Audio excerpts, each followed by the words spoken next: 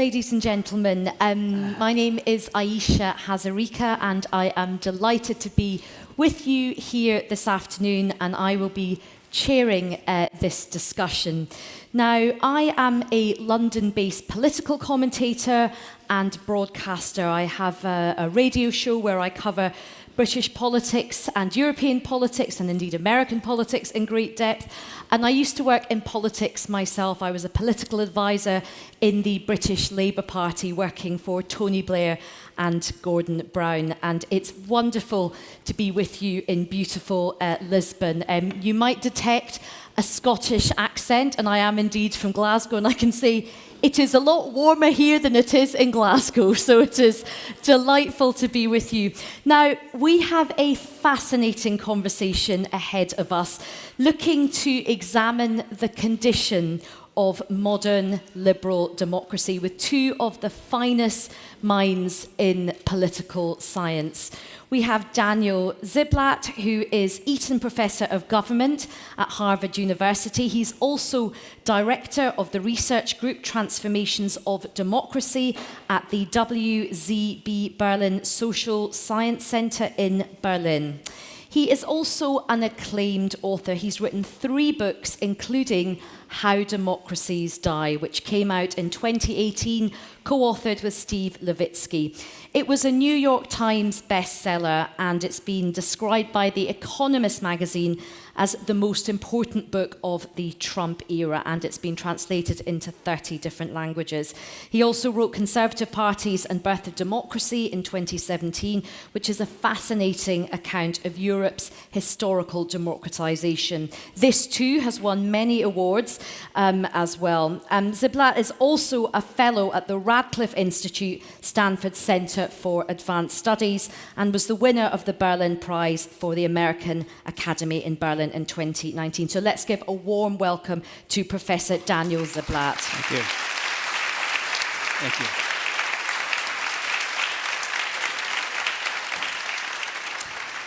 I'm also delighted to be joined by Sheri Berman. Sheri is Professor of Political Science at Barnard College at Columbia University. Sheri's research interests include European history and politics, the development of democracy, populism and fascism, and the history of the left. She has written about these topics for a wide range of different scholarly and non-scholarly publications, including the New York Times, the Washington Post, Foreign Policy, Foreign Affairs, and Vox. Sheri currently serves on the boards of the Journal of Democracy, plus Dissent, and Political Science Quarterly. Her most recent book, Democracy and Dictatorship in Europe, From the Ancien Regime to the Present Day, was published in 2019. Let's give a warm welcome to Sheri.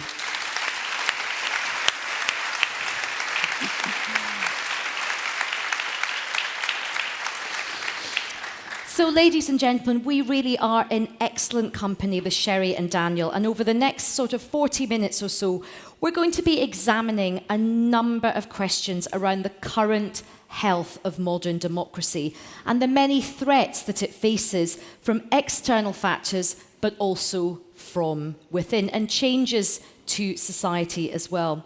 Let's start off with this as a jumping off point. You know, we hear experts use expressions like democratic backsliding, democratic decay, democratic recession. But most, I suppose, normal people, many people in this room, as esteemed as they are, may not really understand exactly what these phrases mean and why are they dangerous. So just, Sheri, I'll start with you. What do these phrases mean and why do they matter? Why should we care about this phenomenon? So let me just say thank you for inviting me. I'm really happy to be here and looking forward to this conversation. So some of those terms are designed to help us think about the way that democracies weaken today. So in the past, as I'm sure everybody in this room is well aware, when we thought about the way dictatorships arose or democracies died, we thought about something sudden and violent, coups, for instance, or perhaps, as we're seeing today in Ukraine, an invasion from outside. And we understand what that is. We understand that that's a direct threat. But what we often see today, especially in countries that have been democratic for a while, are situations where democracies kind of decay slowly. So backsliding isn't something sudden. It's something that kind of can happen over a period of time, or democratic decay or democratic undermining. So part of those terms, part of the point of those terms, is to get us to think about the way in which democracies can die, to use the title of Dan's last book, in ways that are somewhat more difficult for us to recognize and therefore perhaps to fight back against. So that's one important thing I think we should think about, is that we can lose our democracies gradually rather than suddenly. And that requires us to think about the fragility of democracy and about how to fight back against those who want to get rid of it in ways different than we might have in the past. But the second part of your question is about, well, why should we care, right? Maybe our democracies aren't performing very well. Maybe they decay or decline or backslide because people have lost faith in them, in which case maybe we can understand why they might give a hearing to someone like a Viktor Orban or a Erdogan in Turkey who promises them something better. So also we should care because those of us who take democracy seriously should think very hard about why there are so many people who are willing to turn away when we have politicians who do try to undermine it. That's something, we should not dismiss those people. We should not say they are just bad or ignorant. We should take the fact that there are many people who are dissatisfied seriously and think about ways of making our democratic institutions, our political parties, and our politicians more responsive to the kinds of needs and problems that citizens who are dissatisfied may be really struggling with. Thank you for that, Sheri. Daniel, your reflections on that, and to pick up a point that Sheri just made, why is it that we believe, and I think most people in this room would agree, but what is the argument for why liberal democracies are inherently better than other regimes? Yeah, again, also thank you everybody for being here, and thank you for the invitation to be here as well. In this historic location, it's an appropriate place to talk about democracy. Just to add to what Sheri said, I agree with everything she said. I mean, there's two other features, though, to democratic backsliding. One is that what often happens is that it's done legally. This democratic backsliding happens legally. And so politicians can kind of come into power through elections. It's how you're supposed to come into power in an election, in a democracy, and then begin to change the rules, passing laws through parliament, judicial rulings, not breaking the law, not breaking the Constitution, in a way so that the leader in power, and these are often executives, presidents or prime ministers, consolidate themselves in power and make it harder and harder for themselves to be ejected from power. And so make it harder and harder for an opposition to win. And so this is what it means to say that a democracy has weakened from within democratically, is to say that an incumbent can stay in power for 5 years, 10 years, 15 years. And actually we see this in Hungary, where it's harder and harder for the opposition to win. And so why is it harder and harder for the opposition to win? It's not that everybody loves the incumbent. It's that the rules have been altered in such a way, through packing of the courts, through the redrawing of election districts, and again, in a legal way, to reduce competition, which is the essence of democracy. And so in this way, what we often see as a result of this is that voters often don't recognize what's happening. I mean, so far into Chavez's rule in Venezuela, majorities of Venezuelans still thought they lived in a democracy. And the same holds in Turkey as well. And it makes sense because there's no troops in the streets. The rules aren't necessarily being broken. But the key benchmark is, can the incumbent be defeated? Or how hard is it for the incumbent to be defeated? And if it's hard to beat the incumbent, then you have to question what kind of democracy do you have. Now, just on the second point, well, why should we care? I think one of the great powers of democracy is the power of self-correction. Political systems that are autocratic don't have this kind of built-in mechanisms of self-correction. When facing crises, pandemics, internal crises, autocrats don't have the kind of built-in mechanisms to respond to the demands of voters and to actually adjust course. And so that's often why autocratic regimes collapse overnight. In 1986, 1987, before the collapse of communism, nobody expected these regimes would collapse, and suddenly overnight they did. Democracies, though, in a very kind of often painful, messy, ugly way, self-correct. And so when we see populists and we see voter disaffection, what we're actually witnessing is a process of self-correction at work. And so in that sense, I think the great magic of democracies is they can deal with crises and correct themselves, and it may take a long time, but I think that, to me, is the great virtue of democracy. Sheri, do you agree with that? So I do, and I would like to pick up on this last point that Dan made, which is that when we start to see in democracies populist parties, for instance, I think those are best viewed as symptoms of democratic decay rather than causes of them. And what do I mean by that? When you start to see a lot of people who are willing to vote for parties much of whose appeal is that they are opposed to the establishment. They are opposed to existing parties. That should make people who care about democracy take notice, because that means that there are a lot of people who do not believe that democracy is working for them. So you do not see very strong anti-democratic parties pop out of nowhere, right? Even in the classic cases of democratic death that we think about in the interwar period in places like Portugal, Spain, or Germany. When we see anti-democratic parties grabbing tons of voters, that is because those voters have already lost faith in democracy. These parties feed on discontent and dissatisfaction. They cannot create discontent and dissatisfaction in a democratic society that is working well. So when we begin to see these kind of anti-establishment parties, that is the time when Democrats, with a small d, stand up and take notice, because that means there are a lot of citizens who feel like their political system is not working for them. And that's the time when, presumably, conferences like this, gatherings like this, and handbooks of democracy and politics in different countries should be thinking about, okay, what has gone wrong? Why are citizens dissatisfied? Why are our political institutions not responding to the problems that citizens feel they and their societies face? And that neatly takes us on to the next thing that I did want to discuss, which is this rise of populism. And I think to the sort of untrained ear, if you're not a student of political science and analysis, populism on the face of it doesn't sound that bad. It sounds quite close to popular. It's anti-establishment. It's very fashionable at the moment to be, anti the elite that we see. This is a narrative that has been pushed now for a long time. In my own country, in the United Kingdom, we have just gone through this with the Brexit vote and all of that, in my view, a very, very bad decision. But that, in my view, was very much pushed by populism. And even though, we had lots of centre-left strategists and advisors and politicians who really wanted to push back against it, it didn't work. Similarly, we've seen that in America.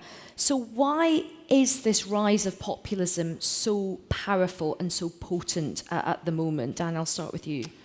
Well, there's lots of factors lying behind it, but I think the two biggest kinds of things that most scholars point to, and we heard a little bit about this just now when hearing about the handbook, I think there's material conditions drive this to a large degree. So if you have increasing inequality, or if you have, I think particularly important is a decline of intergenerational mobility, where people don't feel like that their children will lead better lives than themselves, or if you're young and you look at and you think that you're not going to lead the same kind of life as your parents. These kind of material conditions provide the raw materials for demagogues to use.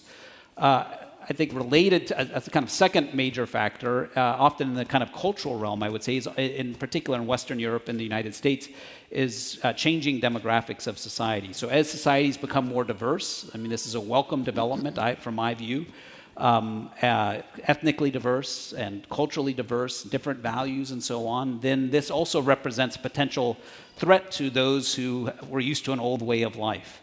And so when you combine these two things together, politicians and demagogues who want to come along and gain power, these two forces together provide kind of nice raw materials to use. And I would say, that the populism, it's in a sense, there is a democratic impulse to it.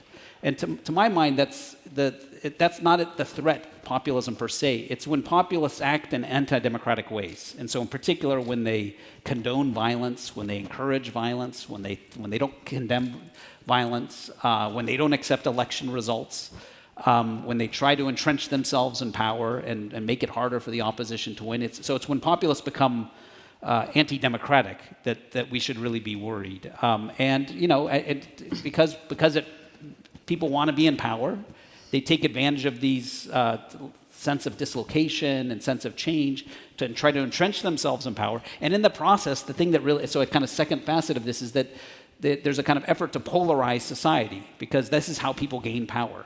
And so society itself becomes polarized in this process. And I think that's also very dangerous. And just following on from that, Sheri, how do you think the other factors has helped with this rise of populism, for example, our changing media landscape and the way social media has really collided with politics in the last sort of 10 to 15 years? How does that play into the rise of populism? So, I mean, again, just following up on Dan's comments, I think we are living in a time, although it's difficult to say when you're in the midst of things to get some perspective on it, but I think we are living in a time in the West of really pretty rapid change, and change in a lot of realms. So Dan mentioned some of the economic changes that are creating divisions in society, discontent in society. There's a lot of social change. West European societies have gotten much more diverse, as he mentioned, and even the United States, which has a long history of immigration, now has a higher percentage of foreign-born population than pretty much, I think, any time in our history.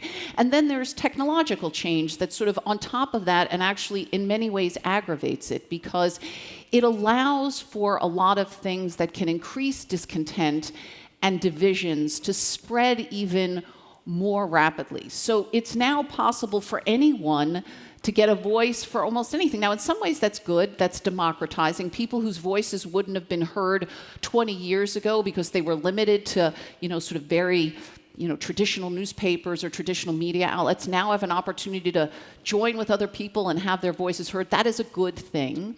But it also allows people whose intentions are bad, who want to spread disinformation, who want to spread division, to do the same thing. And I think what's happened is technological change has gotten ahead of the ability of both society and governments to figure out the right way to regulate that. You don't want to tamp it down so much that free speech is hindered, that voices that were previously excluded can't be heard, but you can't simply allow people to spread things that are not just false. Free speech says sometimes you say things that are wrong, but that are outright dangerous and divisive. And I think we just haven't come to the point yet where we have figured out as societies how to make that balance work. Yeah. I think you're absolutely right, because I think on the one hand, when technology came along and collided with politics, you could argue that that was positive in some ways. I remember in 2014 there was the referendum on Scottish independence.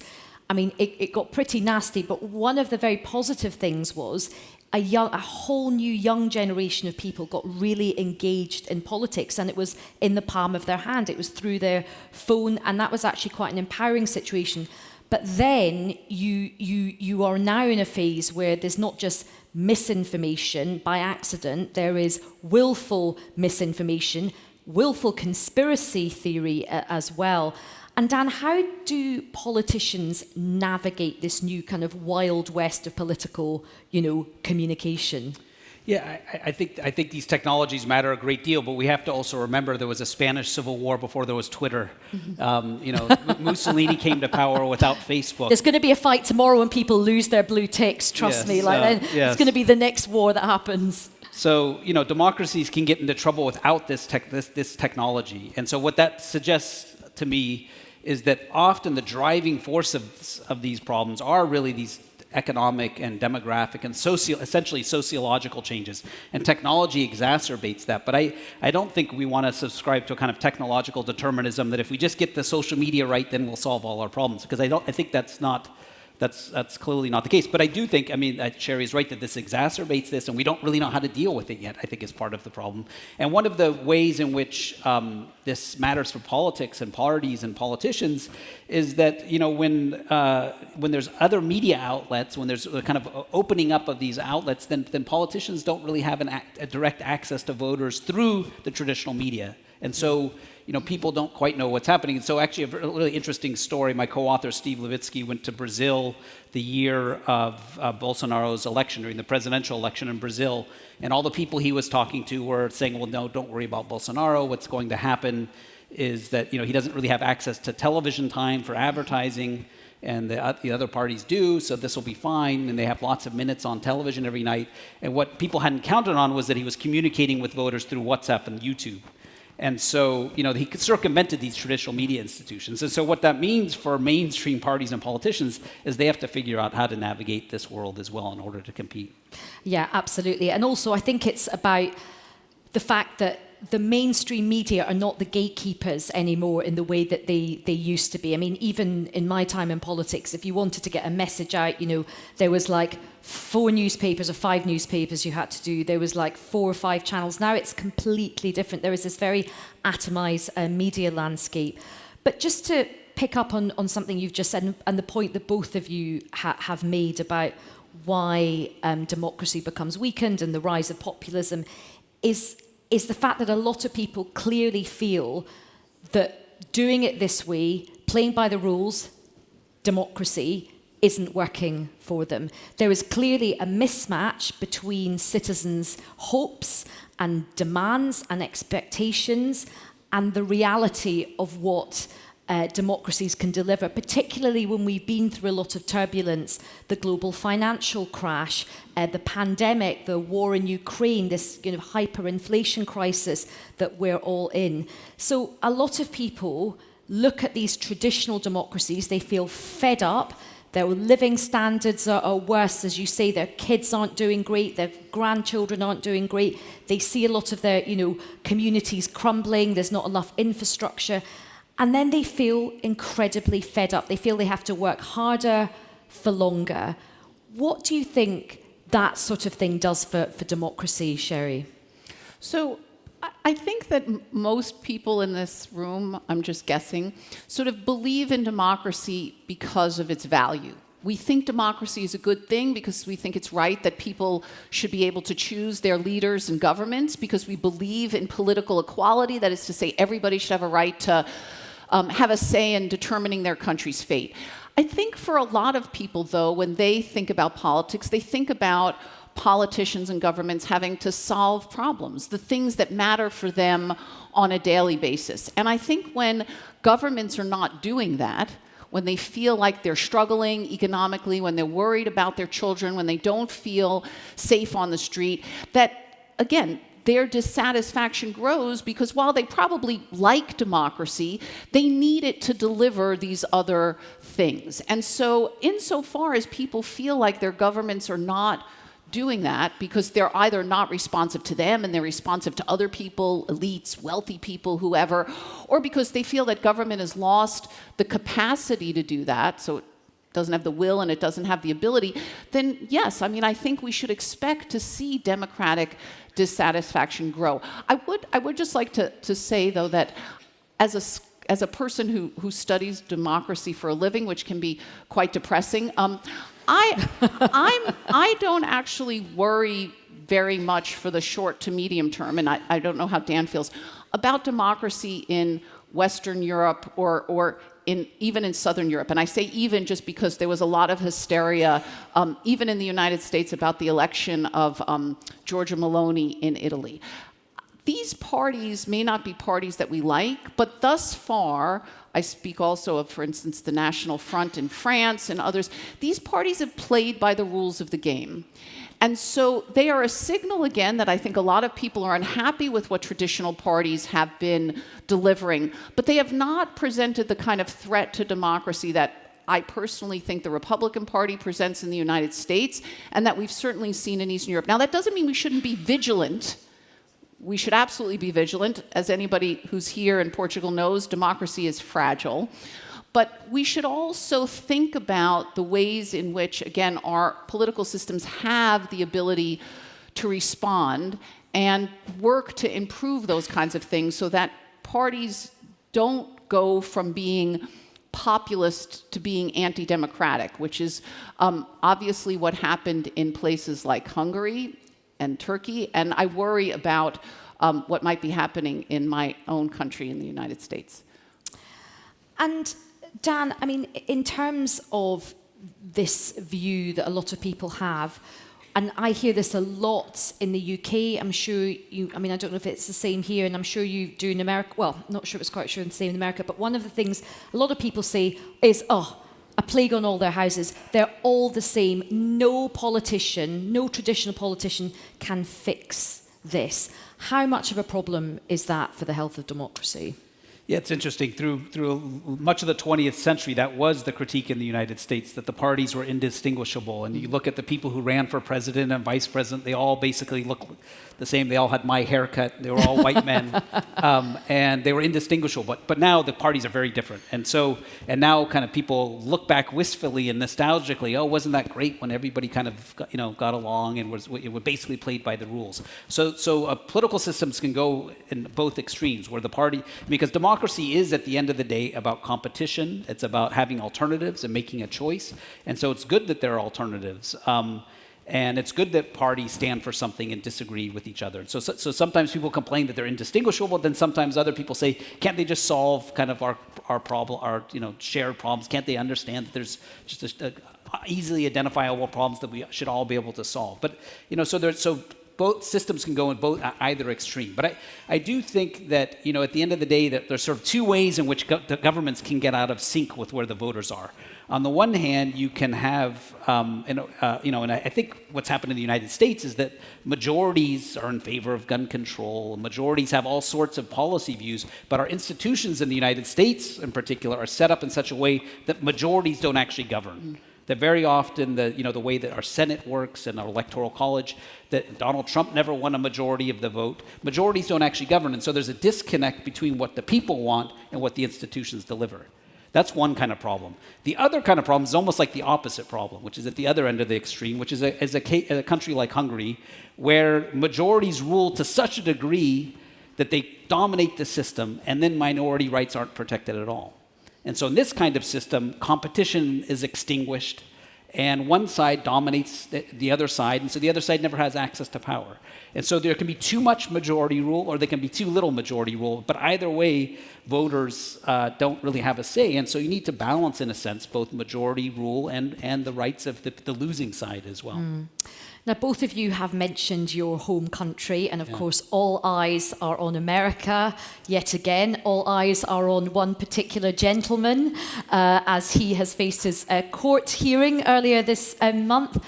What do you think is going to happen with Donald Trump, and how big a threat to democracy, not just in America, because I'm going to throw it out here. I think what happens with Trump in America doesn't just stay in America. I think he sends this incredible signal all across the world to political leaders. We've seen the effect of that in the United Kingdom. So this has got profound consequences for democracy all over the world. Sheri, I'll start with you. Well, so this is the depressing part of studying democracy. So look, I mean, I think Trump is actually a pretty existential threat to American democracy. He doesn't care about the rules of the game at all. He will lie. He will misinform, disinform, push conspiracy theories. He has absolutely no interest in anything other than his own power. He doesn't care about the political system at all, and I think he therefore represents an existential threat. I also think the fact that he would bring with him, in addition to the threat presented by a presidency, another Donald Trump presidency, he would bring with him into our government the absolute most extreme fringe of his party. Again, people who, like him, have absolutely no interest in American national interest, the preservation of American institutions and norms, and I think he would be really disastrous for American democracy and disastrous for democracy across the globe, not only through his foreign policy, which is erratic and irrational, but because he would obviously give a huge bolst to others in countries around the world who have similar anti-democratic and illiberal tendencies. So again, I feel much more worried about American democracy than I do about democracy in a place like Portugal, where democracy is only 50 years old. So yes, I think this should be something that anybody who cares about democracy should be concerned about, even if you're fortunate enough not to live in the United States for the 2024 election. There'll be a lot of Americans moving to Portugal, I suspect. Daniel, your thoughts? Yeah, it's hard to top that, because I agree exactly with that diagnosis. It's interesting though to think about why we're in this situation in the United States, and it's important to remember that around 20. I don't know what his actual base of the electorate is. Maybe 30% of the electorate. That means 70% of Americans, would never even consider voting for Trump. 70%. And if you kind of look across Western Europe, there's around 20 to 30% of people who would consider voting for candidates like Donald Trump across democracy, whether that's the AfD in Germany or Le Pen in France. There's roughly that segment of that's a kind of constant across all democracies. And actually, and this is not entirely new. Looking back historically, there's always, these kinds of politicians have been popular at different points throughout our history, of course, in the 20th century, in the 1920s and 30s. And so this is a kind of constant. And so the real question, if you really are concerned about democracy, hopefully you could reduce that 20 to 30% to, let's say, 10% or 6% or whatever. But even more important, in a way, is how do you get through the years without letting those forces put this kind of political leader into power? Like, why is the United States in a situation where this 20% has so much more power than the equivalent 20% in other countries? And what that, on the one hand, this makes me optimistic, because you could say, well, most voters across Western Europe and the United States are actually embraced democracy.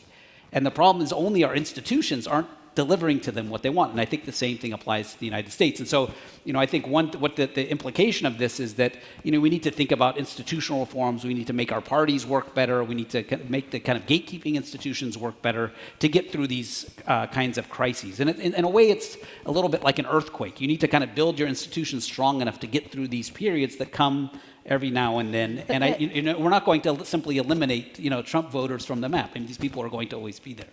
So just to follow up on that, two things to follow up on. I get your point about the need for robust, you protect democracy with robust institutions. But if, as you say, you have a set of bad faith political leaders who essentially want to rig the system, they want to weaken institutions or possibly corrupt institutions so they, advantage them, how does that work in that situation? Well, I think there's three kinds of solutions, that I've thought of. I think, like Sheri, I'm in a depressing line of work. Economics is sometimes called the dismal science. Political science in this domain as well. So, three things that I've thought of is, in the short run at least, it's necessary to form broad coalitions. And that happened in 2020, where you had Republicans supporting a Democratic president Democratic candidate for president. And this has also happened in the interwar years in Europe, where broad coalitions of people who really disagree, Catholics and socialists who really hated each other, joined together, in the middle of the 20th century to defeat fascist forces. So that's in the short run sometimes necessary, but that's not a long run solution, because democracy is about competition, not just to be keeping the bad guys out.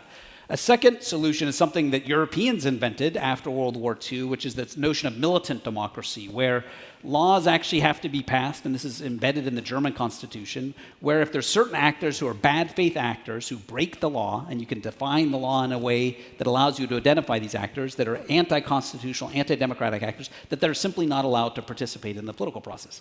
Now, this is dangerous, of course, because in a democracy, it's about free competition. But ultimate cancel culture. Yes, exactly. But it's worked pretty well. It can be abused, but it's a tool that should be in the toolbox for Democrats to think about how do you exclude, if somebody's participated in an insurrection or a military coup, maybe they shouldn't be allowed to run for office. That would be one example. And then the third solution, which is the kind of liberal solution, is that you use competition. You beat the other side. You just keep beating the other side. And the hope of democracy is like in the economic marketplace. If a firm keeps losing customers, keeps losing, you come up with a new strategy, you hire a new manager and so on. And I think, one hope in a democracy is that Trumpism loses again. And, at some point, people slowly come around to realizing this is not a viable path. It's a risky strategy, but that, I think, is also an essential part of the toolbox. And Sheri, another question that I often ponder is that you had 2 terms of Barack Obama, which was a moment of real progression, not just for American politics, but for, people all across the world looked at the first African-American man at the White House. It was this huge, huge moment. People thought anything was possible. We actually believed, many of us, that we were in this new age of just liberal politics and that progress is always linear. And then we have Trump. How do you explain how you went from that to that? Well, that is an excellent question. I'm not sure I have a great answer to that, but I surely, it's like Dan, I mean, this is my career. If someone would have asked me in 2015, it sketched out to me what my country would have looked like in 2019, I would have laughed at them. So, I mean, maybe I'm undermining my own, sort of sense of authority here. And I would also point out just on this account that Trump did throw his hat in the ring for the Republican primary in 2012, and he was laughed at. He got almost no support, and then he came back in 2016 and won. So that's only to say that there is things that are unpredictable and contingent. Again, how did we go from a moderate like Obama to Donald Trump? Part of that has to do with the way the country had changed. I think Barack Obama was a great president in many ways, but there were a lot of really bad trends going on in American society that he did not deal with directly. I would say the most obvious in his case would be economic problems that really left a lot of people angry and discontented. I don't think those trends alone can explain why people supported Donald Trump, but they have been kind of corroding, I think, a lot of the foundations of whatever sort of solidarity we had in the United States for some years. But I think what the Trump presidency brings up, again, especially on the heels of Obama and especially on the heels of his running in 2012 and receiving really almost no support, is that you have to be really very vigilant. You can't look at someone like Trump and laugh and think, oh, he's never going to be able to win, he's never going to be able to do anything bad, because democracy is fragile. And if you're not vigilant, then bad people can come in and start to, as we began this conversation, sort of eat away at your norms and institutions to the point where they really are, very vulnerable to bad faith actors. And Dan, have you got any thoughts on this question? Yeah, I agree. I agree that there were these slow-moving problems in a way that came to a head, and especially out of the financial crisis. But I think it shouldn't be underestimated the degree to which support for Trump was a reaction to the Obama presidency, and so a sense, by many people that, one of the things that brought Trump lots of fame was by claiming that Barack Obama wasn't born in the United States. And so there was this idea that he was not a legitimate president. And so the race plays a major role in this. And so Trumpism was a reaction to changing demographics, changing status of different ethnic groups, and a kind of undermining of the old racial hierarchy that had existed in the United States for so long. And so just one quote from a guy who's, when asked, there was a Republican congressman, this quote always sticks in my mind, when asked, is Donald, you really don't believe that Barack Obama is American? He said, well, he's not born in America. He says, well, I don't know if he's born in America or not, but I know in his heart he's not really an American. Oh. So this kind of mindset, I think, is a reaction. So this was a reaction. So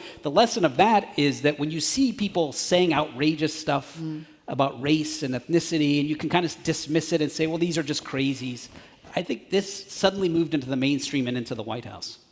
And I'm really glad you brought that, because the next thing, we've just got about 5 minutes left, and I've got 2 questions I want to put to you before we wrap up. But this is really important, because I feel that a lot with centre-left progressive liberals, we very much focus on the economic issues. I mean, sometimes we don't even focus on that well, but we focus on those. What we are very nervous around is cultural issues, whether it's to do with immigration, whether it's to do with race, whether it's to do with, we now have a big spike in, discussions around transgender, LGBT issues.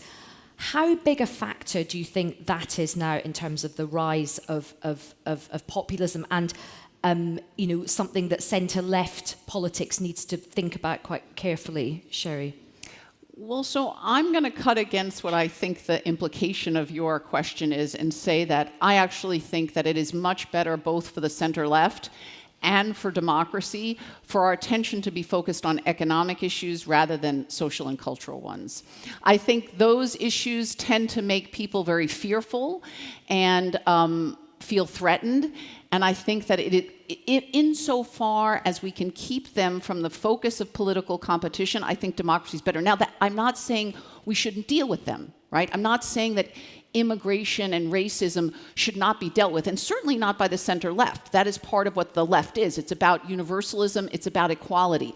But making these things the focus of political competition as opposed to economic issues, I think that's not a winning strategy for the center-left. I don't think it's great for democracy. I think dealing with the fact that our societies are changing demographically and culturally, that is something that the left has to bring the population along with. They have to understand that these are positive trends. They are necessary for healthy societies. But insofar as you shove people's fears in their faces, I think you're losing votes if you're on the center left. And I also think you're not doing a favor for democracy. Zero-sum issues that make people feel threatened, those are not the kind of issues that democracy deals with well. So I very much agree with you there, and I think it's generally pretty disastrous for the left, these kind of issues.